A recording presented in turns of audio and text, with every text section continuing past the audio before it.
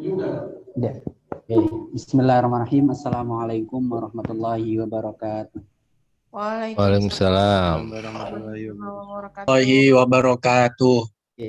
Alhamdulillah rabbil alamin wa bihi nasta'in wa ala umuri dunya waddin. Wassalatu wassalamu ala asrofil anbiya'i wal mursalin wa ala alihi wa sahbihi wa barik wasallim ajma'in. Yang kami takdimi Bapak Dr. Fahrudin Faiz, SAG, MAG, dan yang kami hormati Bapak Semono selaku Ketua Yayasan Al-Ikhlas Samirono, dan yang kami hormati pula Bapak Selamat Mulyadi Esos selaku Ketua Panitia Ramadan ke-1442 Hijriah ini, dan tentunya yang kami banggakan para teman-teman peserta kajian yang sudah sangat terlihat semangatnya. Alhamdulillah pada sore hari ini kita masih diberikan kesempatan, masih diberikan nikmat sehat. Maka dari itu marilah kita sama-sama mengucapkan syukur kepada Allah Subhanahu wa taala dan mengucap salawat ma'asalam kita haturkan kepada junjungan kita yakni Nabi besar Muhammad sallallahu alaihi wasallam. Supaya mengefisiensi waktu, marilah kita sama-sama buka kajian sore hari ini yang bertemakan Ramadan dalam kajian filsafat dengan membaca Ummul Kitab. Liridhillah syafaati Rasulillah. Al-Fatihah. A'udzubillahi minasyaitonir rajim. Bismillahirrahmanirrahim. Alhamdulillahirabbil alamin arrahmanirrahim. Maliki yaumiddin. Ihdinas siratal mustaqim siratal ladzina an'amta 'alaihim ghairil maghdubi 'alaihim waladdallin. Amin amin ya rabbal alamin. Baik, selanjutnya yakni pembacaan kalam ilahi yang akan dipimpin oleh saudara Nuktoh Fajrin. Kepada saudara Nuktoh Fajrin kami persilahkan. Assalamualaikum warahmatullahi wabarakatuh. Waalaikumsalam. أعوذ بالله من الشيطان الرجيم بسم الله الرحمن الرحيم يا أيها الذين آمنوا كتب عليكم الصيام كما كتب على الذين من قبلكم لعلكم تتقون أياما معدودات فمن كان منكم مريضا أو على سفر فعدة من أيام أخر وعلى الذين يطيقونه فدية طعام مسكين فمن تطوع خيرا فهو خير له وأن تصوموا خير لكم إن كنتم تعلمون شهر رمضان الذي أنزل فيه القرآن هدى للناس وبينات من الهدى والفرقان فمن شهد منكم الشهر فليصم ومن كان مريضا أو على سفر فعدة من أيام أخر يريد الله بكم اليسر ولا يريد بكم العسر ولتكملوا العدة ولتكبروا الله على ما هداكم ولعلكم تشكرون صدق الله العظيم. Assalamualaikum warahmatullahi wabarakatuh. Waalaikumsalam warahmatullahi wabarakatuh. Shadaqallahul adzim, shadaqallahul adzim. Terima kasih kepada saudara Nukto Fajrin yang telah melantunkan ayat-ayat suci Al-Quran.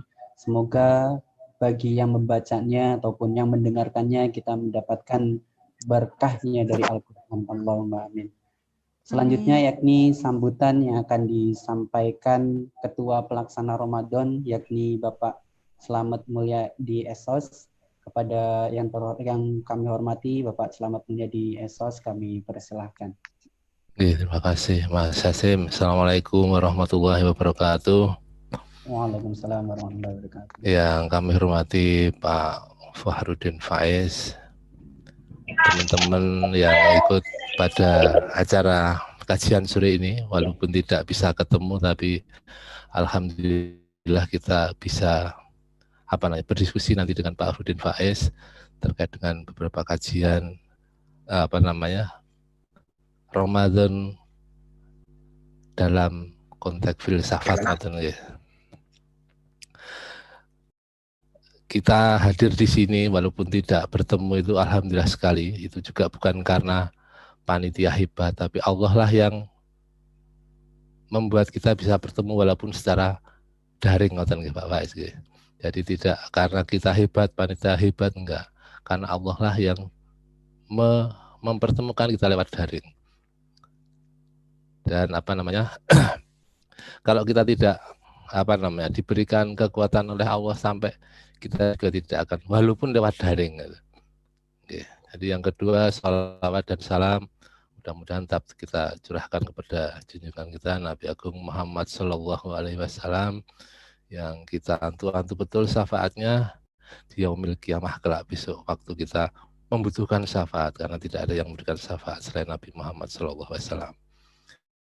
Selanjutnya atas nama koordinator Ramadan, jadi mengucapkan terima kasih sekali kepada Pak Fahrudin Faiz atas waktunya untuk berbagi ilmu sore hari ini. Pak Fahrudin, mudah-mudahan nanti apa yang diberikan, apa yang disampaikan Pak Fahrudin bisa memberikan manfaat bagi kita semua.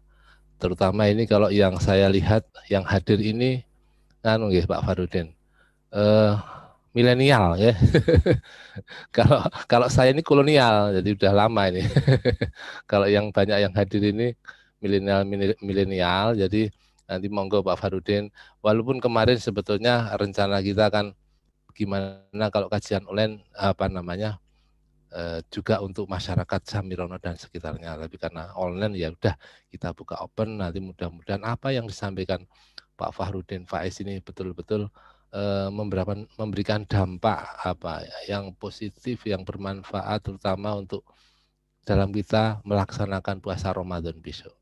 Jadi harapan kami puasa Ramadan dari tahun ke tahun tidak tetap, tapi harusnya lebih baik, karena kita sudah puasa, kalau mungkin saya ini sudah 40 sekian tahun gitu kan, berarti puasanya sudah bertahun-tahun, tapi kok nggak ada perubahan. Nah ini apa yang menjadi kesalahan-kesalahan, mungkin apa yang menjadi kritik-kritikan yang perlu membangun untuk bisa menghasilkan puasa yang tujuannya adalah la'allakum tattaqun tersebut.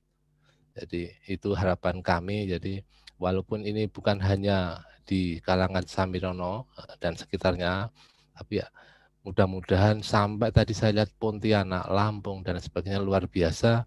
Mudah-mudahan memberikan manfaat yang sangat luar biasa, tidak hanya di sini tapi di seluruh Indonesia ini. Ada yang di Jawa Timur juga ada tadi ya, Madura dan sebagainya. Itu sekali lagi saya ucapkan terima kasih kepada Pak Fahrudin Faiz, juga teman-teman panitia yang luar biasa, karena kemarin saya ide itu kemudian disambut dan kemudian kita izin ke yayasan, alhamdulillah diizinkan ya. Alhamdulillah pada sore hari ini kita bisa melaksanakan kegiatan ini. Mengatakan yang saya sampaikan kurang lebihnya dalam pelaksanaan ini kami mohon maaf. Assalamualaikum warahmatullahi wabarakatuh. Izin nanti saya live tapi akan saya pantau lewat YouTube, karena ini ada beberapa hal yang akan kita saya siapkan karena besok pagi kebetulan ada pemilihan RT di tempat saya. Nggih, ngoten Pak Faiz, matur nuwun sekali lagi. Assalamualaikum warahmatullahi wabarakatuh. Waalaikumsalam warahmatullahi wabarakatuh. Terima kasih banyak Bapak Slamet Mulyadi atas sambutannya yang sangat luar biasa. Tentu mengingatkan kita semua bahwa kita bukan kita yang hebat, tetapi Allah yang hebat. Selanjutnya yakni acara inti. Namun sebelum menginjak acara inti, ada beberapa hal yang pengen aku tanyakan karena door prize dari panitia sangat banyak, jadi mencoba untuk untuk sebagai pemantik lah. Nah, yang ingin saya tanyakan untuk para peserta acara kajian pada sore hari ini, apa motivasi mengikuti kajian pada sore hari ini? Monggo, siapa yang mau menjawab? Dipersilakan.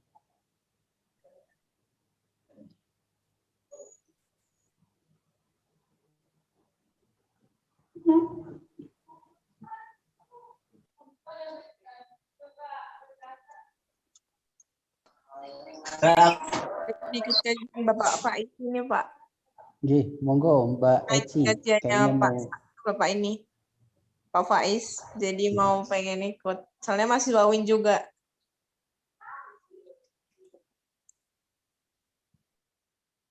Oke, Mas Wardil, mengetahui Ramadan dalam pandangan filsafat dan juga kangen Pak Faiz, Allah. Luar biasa. Nggih. Alhamdulillah ya bisa bertemu dengan Pak Faiz walaupun melalui virtual seperti ini. Nggih. Nanti Mas Wardil bisa menghubungi panitia, nggih. Oke, selanjutnya yakni acara inti, yakni kajian Ramadan dalam kajian filsafat ya, yang akan dipandu oleh yang terhormat Bapak Dr. Fahrudin Faiz SAG MAG. Sepenuhnya kami persilahkan kita. Monggo. Baik, bismillah. Assalamualaikum warahmatullahi wabarakatuh. Waalaikumsalam warahmatullahi wabarakatuh. Bismillahirrahmanirrahim. Alhamdulillahirabbil alamin. Wa bihi nasta'inu ala umuri dunya waddin. Allahumma shalli wa sallim wa barik ala habibina wa syafi'ina sayyidina wa maulana Muhammadin wa ala alihi wa ashabihi wa man tabi'ahum amin ila yaumiddin. Amma ba'du. Yang saya hormati teman-teman semuanya saja yang sore hari ini berkesempatan hadir bareng-bareng kita belajar tentang puasa, khususnya teman-teman panitia, lebih khusus lagi para sesepuh, para alim ulama, tadi khususnya Pak Slamet Mulyadi yang memberikan sambutan. Alhamdulillah sore hari ini kita bisa bertemu meskipun dalam forum yang sifatnya virtual, daring. Dan momennya saya kira momen yang luar biasa, yaitu momen menjelang Ramadan.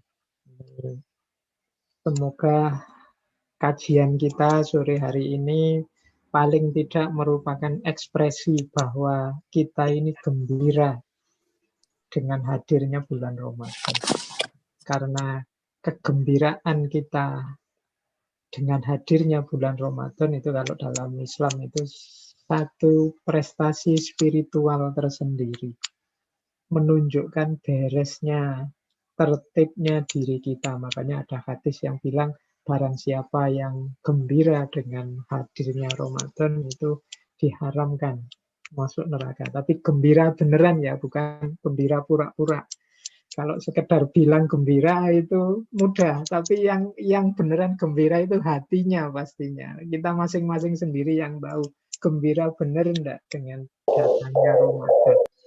Karena banyak yang saya tahu nadanya gembira itu nada seperti Ramadan itu sudah bolak-balik, saya Ramadan sudah biasa, semacam rutin saja. Kalau hanya rutin saja itu belum gembira. Gembira itu seperti dapat hadiah terus wow, itu kan gembira, senangnya luar biasa karena sekarang ada momen Ramadan. Maka ayo kita cek diri kita sendiri, kita sudah nyampe makom gembira apa belum. Itu diri kita sendiri yang tahu. Karena tidak bisa dibohongi. Meskipun kita menyebarkan di WA itu, mari gembira dengan datangnya Ramadan, atau saya siap puasa misalnya, kan kemarin ada saya siap vaksin misalnya, besok kita saya siap puasa. Tapi itu ekspresi gembira atau bukan, itu ya hanya kita sendiri yang tahu. Maka semoga kita sore hari ini memang benar-benar gembira. Sehingga nanti saya menyampaikan apa itu bagi saya sekunder. Primernya adalah ini ungkapan kegembiraan kita. Baik, dan pastinya luar biasa kalau kegembiraan itu kita ekspresikan dengan jalan yang juga menggembirakan, yaitu belajar. Jadi meskipun ini judulnya pengajian, tapi ya karena saya tidak biasa pengajian, biasanya ya kajian, diskusi-diskusi. Jadi sore hari ini ya kita belajar saja bersama tentang puasa dari perspektif filsafat. Ya tentunya versi saya. Dan teman-teman tidak usah khawatir, sebentar lagi akan banyak sekali kajian-kajian, ceramah-ceramah, pengajian-pengajian tentang puasa. Jadi sudah, kalau tentang materi itu berlimpah-limpah. Nah, sore hari ini mungkin hanya mancing saja, semacam pemanasan. Nanti besok tanding sebenarnya 4-3 hari yang akan datang. Baik, bismillah, saya mulai materi. Saya share screen ya, teman-teman, biar tidak terlalu besar wajah saya di HP, di laptopnya teman-teman semua. Nanti malah ngeri nonton wajah saya dari dekat terus. Bismillah, saya memberi tema menikmati puasa. Orang yang bisa menikmati itu pasti orang yang senang dengan hadirnya puasa. Maka saya beri judul menikmati, tapi ini juga versi pendekatannya, pendekatan yang kefilsafatan. Ini mungkin saya sekitar 45 menitan lah ya nanti menyampaikan tentang puasa ini dari perspektif filsafat. Nah, saya awali dari sini. Ini ayat wajib yang harus selalu dikutip ketika kita menyampaikan puasa. Cuma ini saya pahami versi bahasa atau istilah-istilah filsafat. Ya sebenarnya maksudnya sama, cuma karena anak-anak milenial itu kan senang kalau ada istilah-istilah kerennya. Kalau hanya ayat dan terjemahannya kan biasa, teman-teman wis hafal. Nah, ini coba kita petakan secara kefilsafatan dengan istilah-istilah unik khas filsafat. Ini surat Al-Baqarah itu kan, ayat itu saya klasifikasi jadi 3. Jadi ini di antara ijaznya Al-Quran itu dia dibaca oleh siapa saja memberikan manfaat. Nah ini kita baca versi ngaji filsafat juga ternyata membuahkan sesuatu ayat ini. Yang pertama, ini bagian awal ya. Kutiba alaikumus siyam, ya ayyuhalladzina amanunya, teman-teman sudah paham. Kutiba alaikumus siyam, itu kalau dalam filsafat namanya fungsi normatif.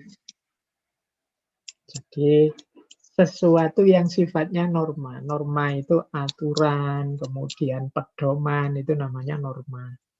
Jadi kita itu oleh Allah memang diatur, dibuatkan norma untuk puasa. Makanya bunyinya ayatnya tegas.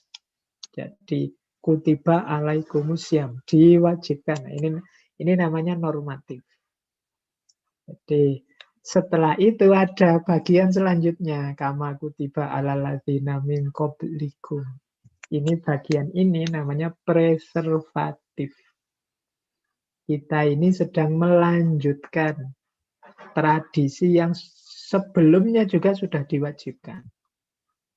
Jadi aspek preservatif ini menunjukkan yang pertama bahwa puasa itu sebagaimana banyak hal lain yang harus kita lestarikan, sifatnya sangat penting, sangat bermanfaat.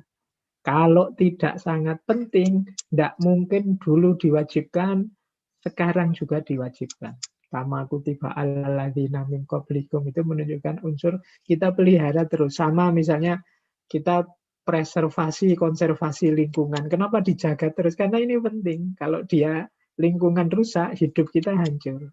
Berarti ketika Allah mempreservasi puasa, jadi kama kutiba alal ladzina min qablikum, berarti memang ini sangat penting.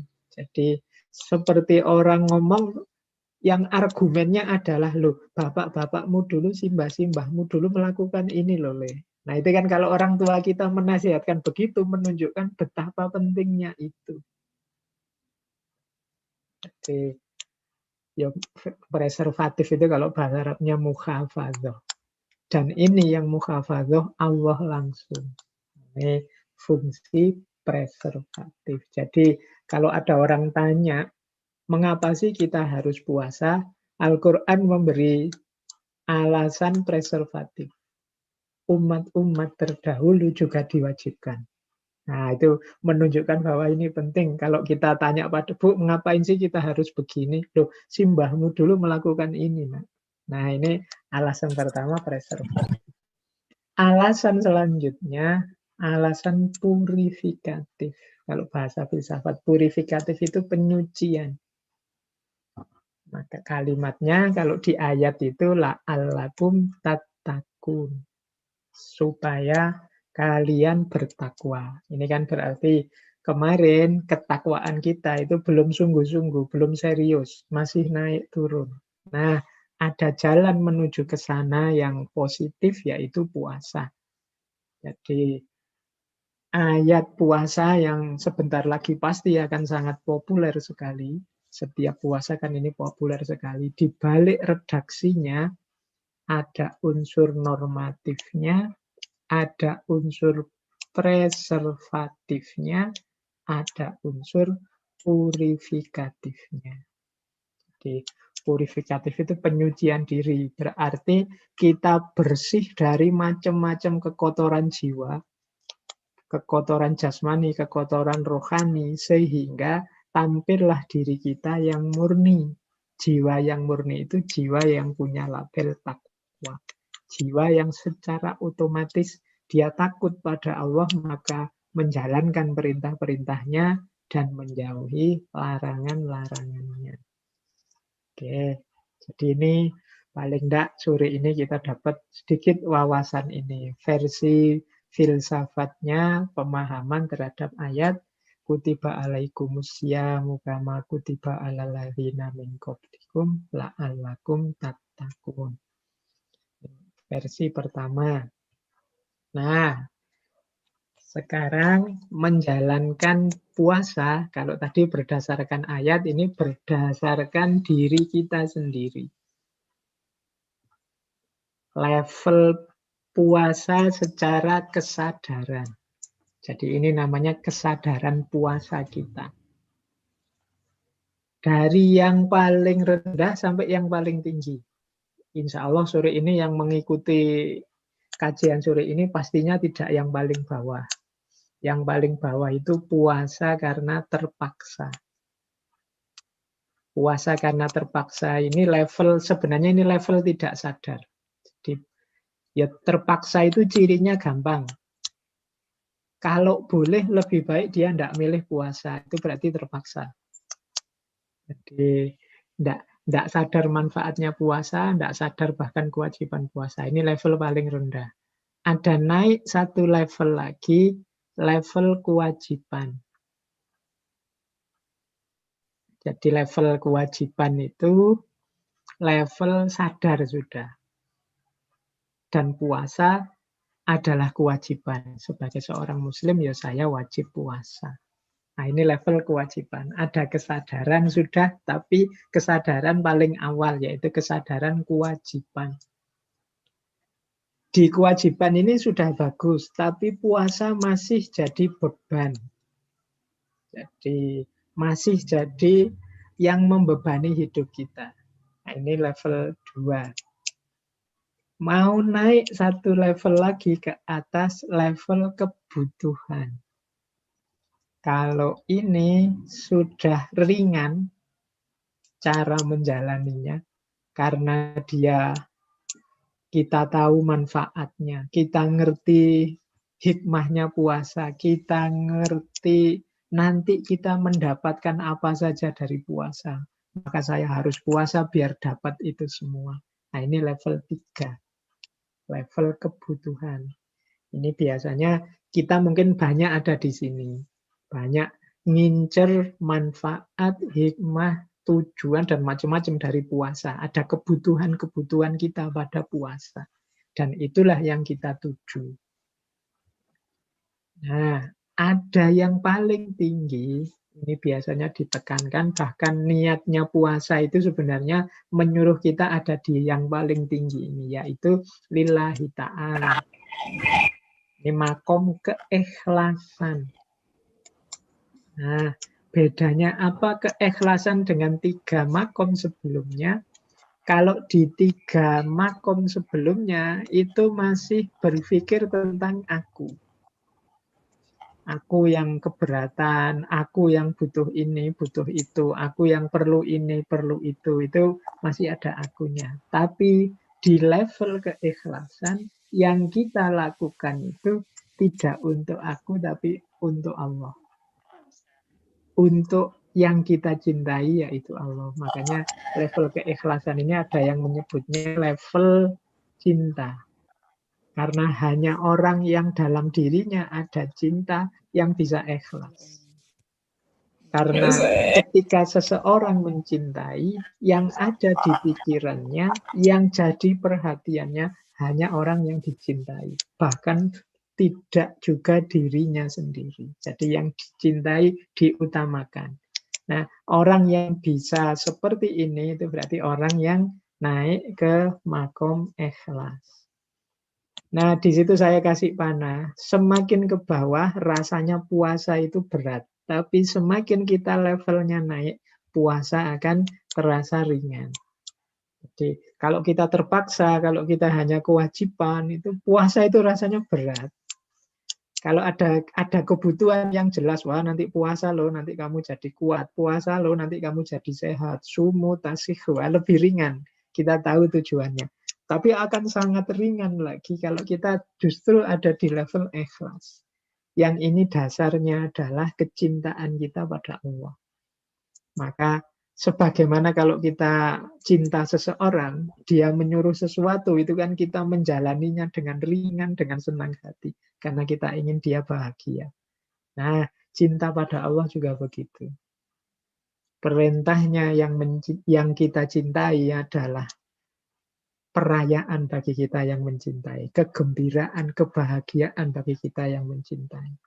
Makanya puasa itu kita jalani, kita nikmati dengan gembira, dan ini bisa kita temukan kalau dalam diri kita ada rasa cinta itu kepada Allah. Nah, ini level-levelnya menjalankan puasa. Ingin puasa itu rasanya nikmat, ringan, membahagiakan, berarti ya kita harus berjuang naik level. Nah, kita lanjutkan lagi. Dengan ilustrasi yang berbeda, kalau ini Imam Ghazali. Imam Ghazali punya, teman-teman pastinya pernah mendapatkan wawasan tentang ini.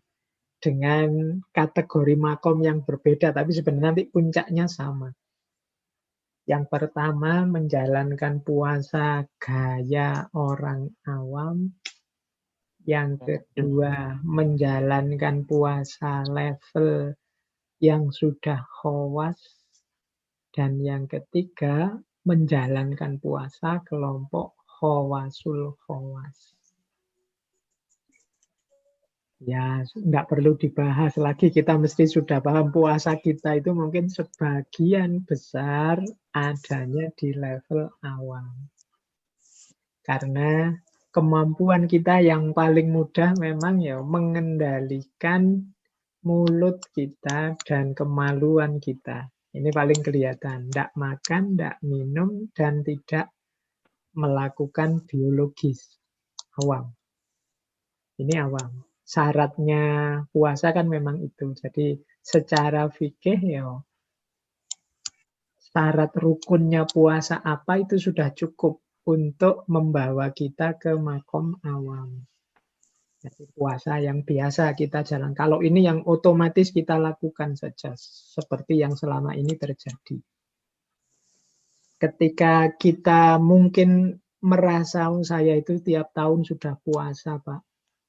Sejak kecil juga saya sudah puasa. Tapi manfaat, efek, pengaruh, hikmahnya puasa kok tidak sebesar yang di ceramah-ceramah itu. Kok tidak seluar biasa yang di kajian-kajian itu. Itu kemungkinan yang error bukan ceramah atau kajiannya. Tapi ya level kita memang tidak naik-naik. Kita masih puasa yang ada di makom awam.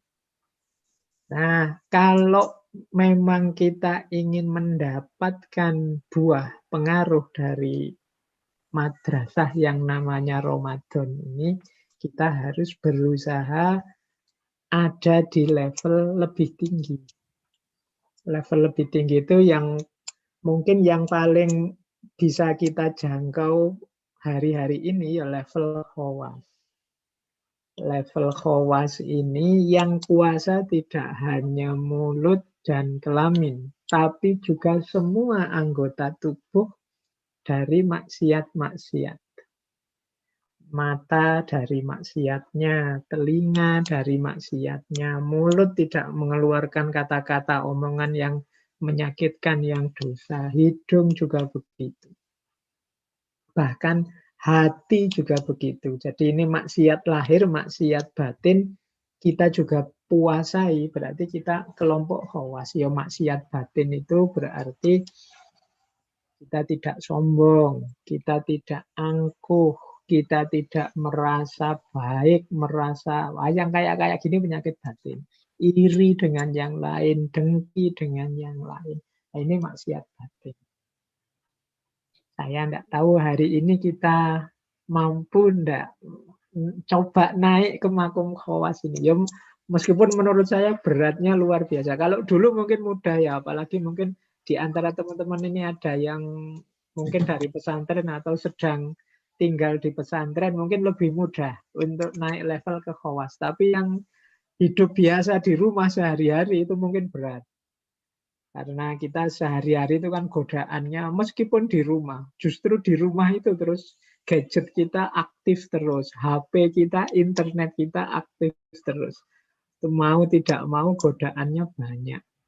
Kadang-kadang kita tidak mau ke sana sama internet, sama Google ditawari untuk ke sana. Mungkin tiba-tiba dipameri gambar-gambar yang begitu. Tiba-tiba dipancing untuk kita jadi marah karena berita-berita yang kita tidak suka dan lain sebagainya. Itu godaannya lebih berat hari ini. Tapi yo ayo latihan puasa. Mempuasai lahir batin kita, tidak hanya mulut dan kelamin kita. Dengan naik ke level khawas ini saja nanti kita akan mengalami fungsi, kalau dalam yang tadi yang atas itu fungsi purifikasi tadi, membersihkan diri, membersihkan jiwa. Paling tidak keluar dari Ramadan, kita menjadi jernih. Ibarat kaca, kalau pakai istilah Suhrawardi, kaca kita, kaca jiwa kita sudah bening. Sehingga yang benar, yang salah, yang baik, yang buruk itu tampak jelas. Nah, semoga juga kita mampu naik ke level satu lagi yang paling tinggi. Kalau ini ya mungkin ada di antara kita yang bisa naik ke makom khawasul khawas. Khawasul khawas itu yang lebih khusus lagi, yang khusus dari yang khusus. Yang bisa ada di level ini, kalau menurut Imam Ghazali, para siddiqin dan arifin. Ini orang-orang yang memang sudah dekat dengan Allah. Caranya khawasul khawas puasa apa? Bahkan dalam jiwanya, pikirannya, hatinya itu sama sekali tidak melalaikan Allah. Jadi detik per detik saat menjalani puasa itu isinya Allah saja. Pikiran dan hatinya sama sekali tidak terkotori oleh apapun yang bukan Allah. Nah, ini berarti orang-orang khawasul khawas. Ini makanya saya bilang, wah kalau kita ini berat ini. Tapi yang siapa tahu ada yang bisa, kan saya nggak tahu. Dari sekian peserta ini mungkin salah satu ada yang makomnya sudah aulia, kan saya juga nggak tahu. Ngukurnya kalau diri saya ya paling ya levelnya awam yang sedang berjuang naik ke khawas. Itu pun kadang-kadang ya lupa. Tapi mungkin ada, karena kadang-kadang walinya Allah itu tidak kelihatan. Mungkin ada yang khawasul khawas sore hari ini ya nyuwun sewu. Ya nanti kita gantian beliau-beliau yang menyampaikan biar kita bisa belajar. Nah, ini level-level kalau menurut Imam Ghazali. Kita naik lagi, belajar lagi paling tidak kita. Nah, ini keistimewaannya puasa ini karena pendekatannya filsafat, jadi saya ambil dari tokoh yang filosofis. Ini saya ambil dari pandangannya Syekhul Akbar Ibnu Arabi. Jadi keistimewaannya puasa itu apa saja? Nah, itu dari menurut Ibnu Arabi paling tidak ada 6 hal yang menjadikan puasa itu istimewa. Yang pertama apa? La misliyah. La misliyah itu tidak ada padanannya. Ini analoginya seperti Allah. Allah itu kan laisa kamislihi syai'un. Allah juga la misliyah. Tidak ada padanannya. Puasa ternyata juga begitu.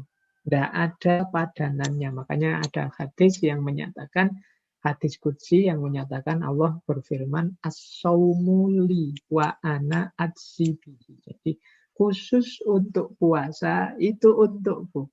Semua perintah ibadah yang lain itu untuk manusia dengan segala kemanfaatannya. Tapi puasa dengan segala kemanfaatannya itu li, itu untukku dan secara khusus aku akan memberikan pahala. Ini kan berarti paling tidak ini status yang paling istimewa dari puasa. La misliyah, tidak ada tandingannya.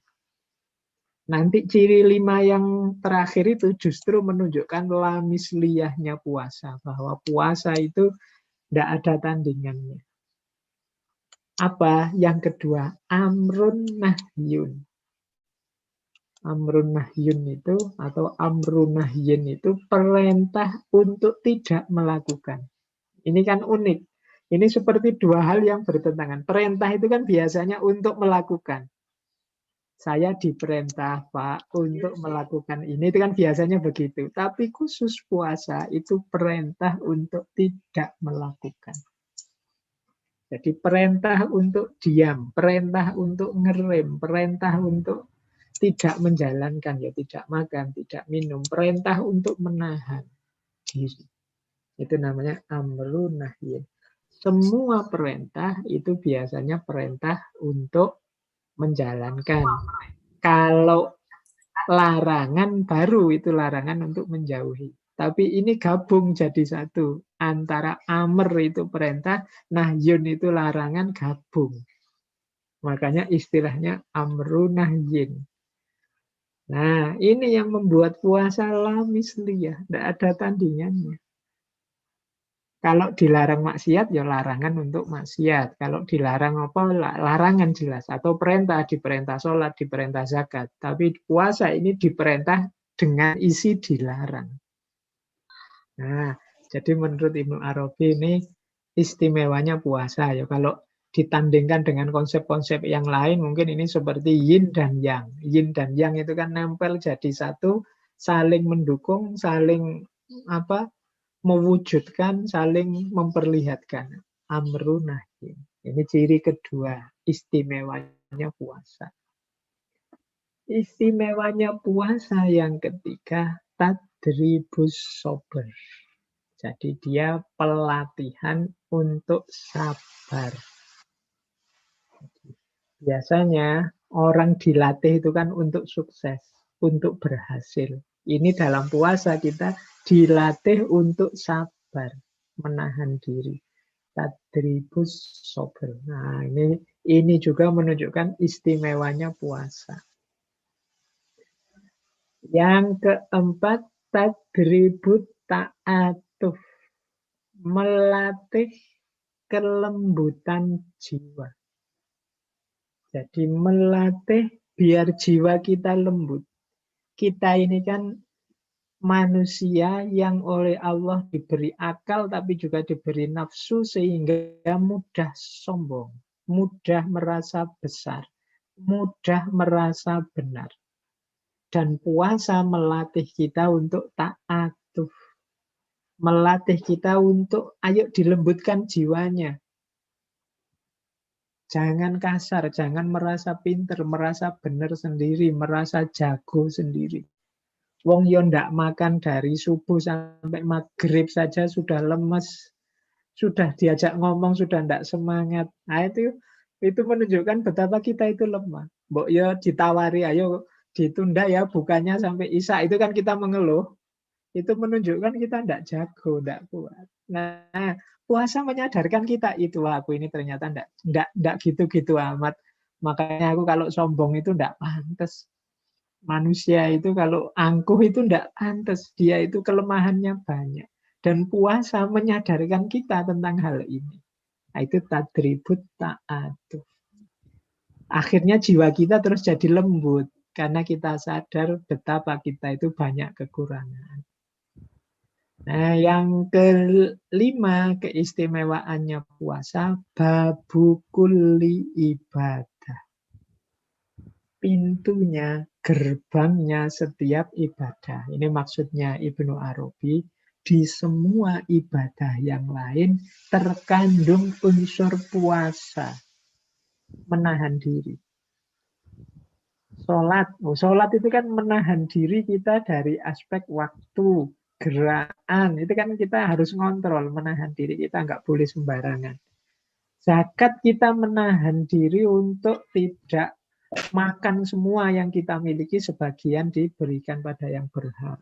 Haji juga kita menahan diri, tidak bisa senang-senang saja, ada banyak ritual yang membuat kita harus berpuasa, berkorban tenaga, berkorban waktu, berkorban biaya.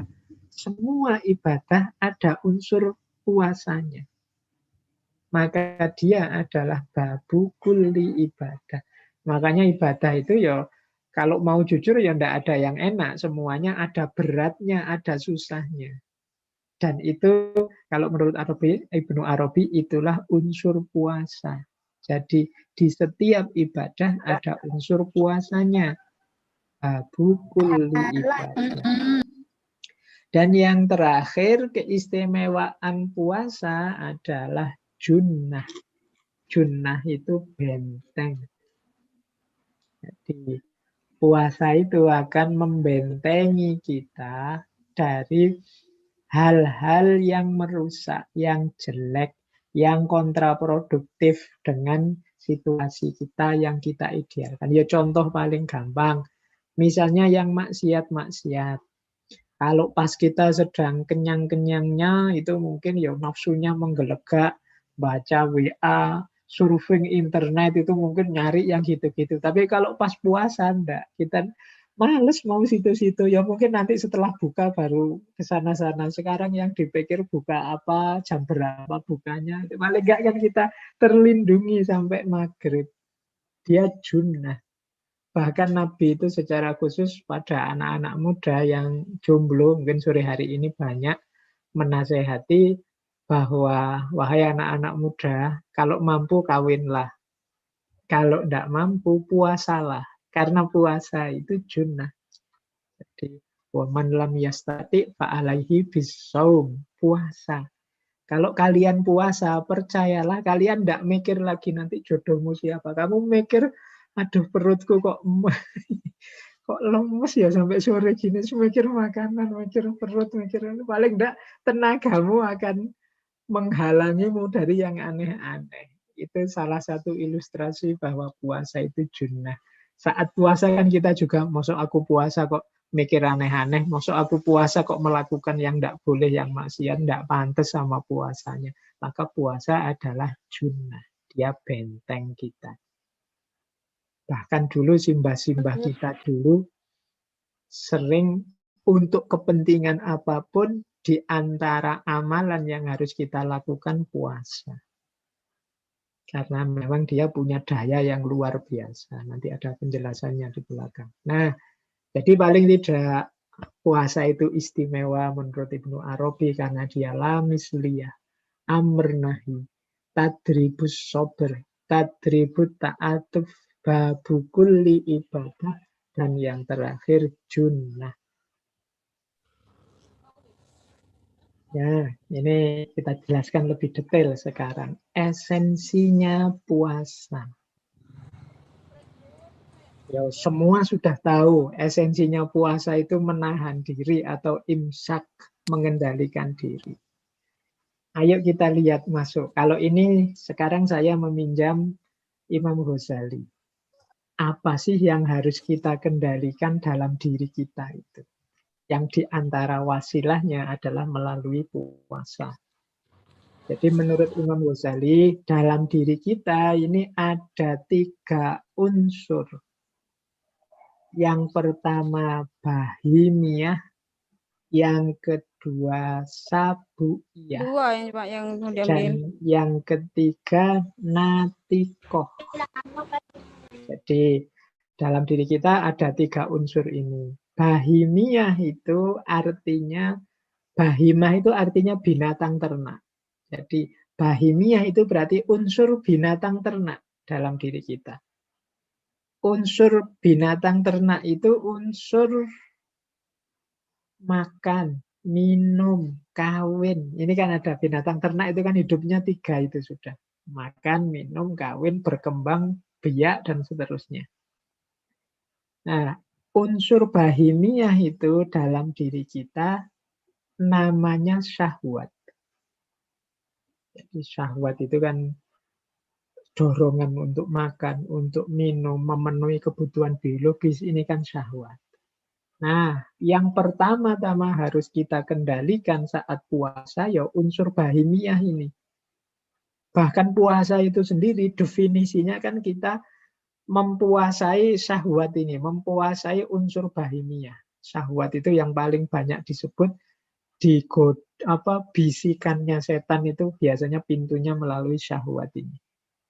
Sehingga ada yang bilang puasa itu setan-setan dibelenggu. Mengapa setan dibelenggu? Karena jalannya ditutup.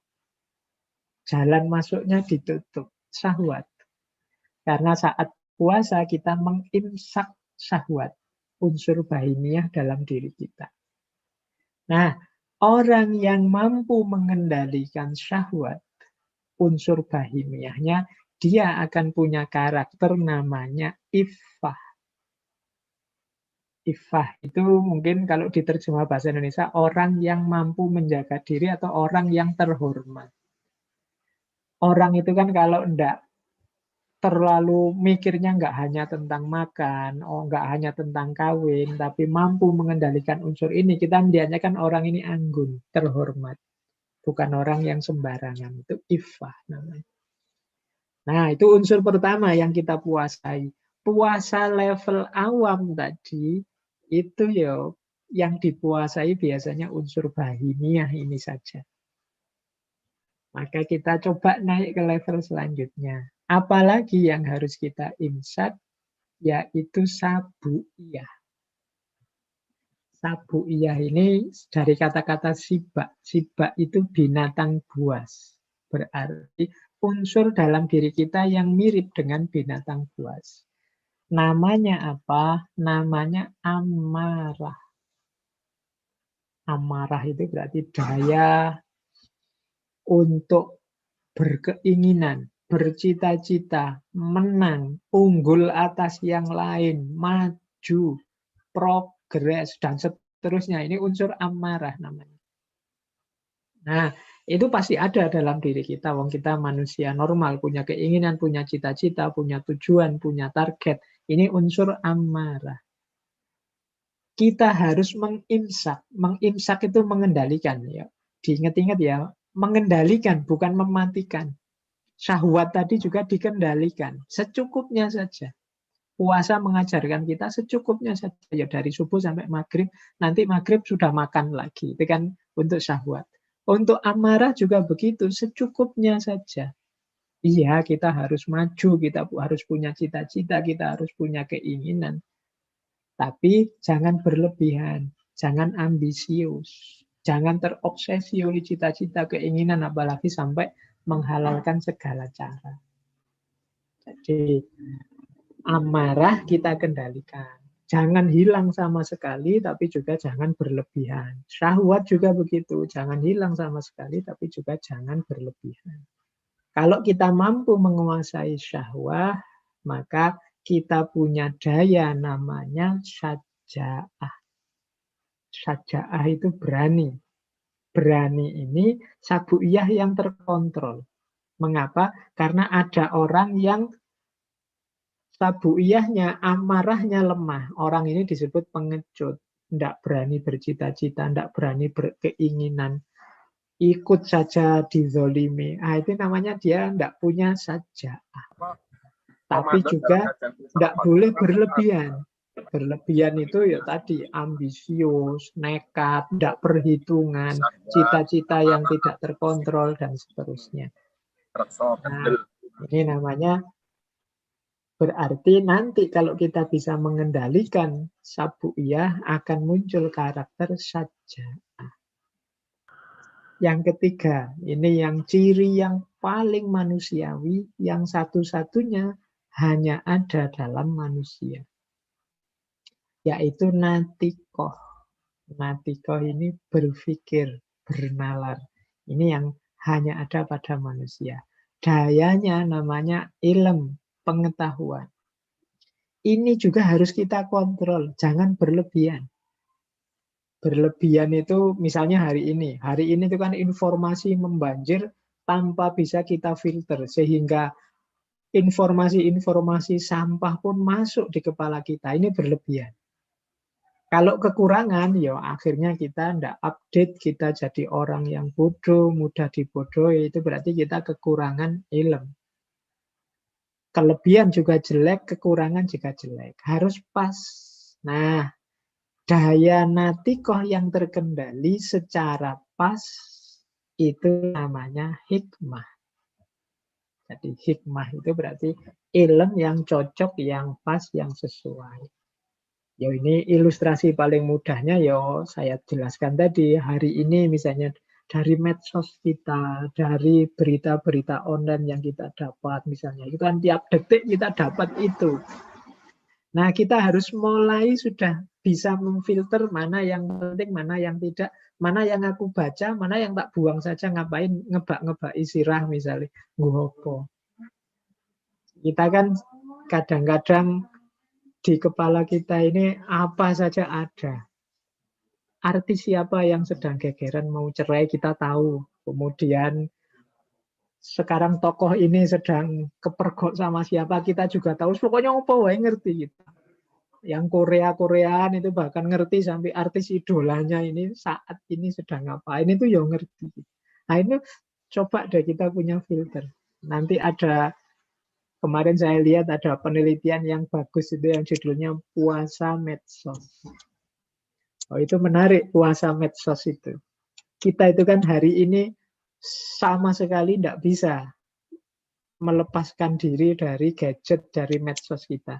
Berani tidak besok ini kalau puasa sekaligus kita puasa medsos. Puasa kan tidak ditinggal semuanya, tapi ada waktunya. Jadi misalnya oke, di bulan Ramadan ini aku pegang HP-nya jam sekian sampai jam sekian saja. Sekalian ikut puasa. Misalnya. Kalau berani loh ya, karena kelihatannya kita itu lebih baik tidak makan sampai isya daripada tidak pegang HP, tidak pegang gadget. Padahal itu kita banyak sekali dapat yang tidak penting-penting justru dari gadget dan medsos itu. Boleh latihan, nantang diri sendiri saja. Mampu tidak aku berpuasa medsos. Jadi, nah itu bagian dari kemampuan mengendalikan diri. Orang yang nantikohnya terjaga, terkendali, dia ada di level hikmah. Nah, kalau ikut Imam Ghazali ini berarti saat puasa kita mengendalikan bahimiyah kita sehingga lahir iffah, sabuiyah kita sehingga lahir syaja'ah, natikoh kita sehingga lahir hikmah. Kita lanjutkan. Saya loncat-loncat saja, waktunya kurang 5 menit.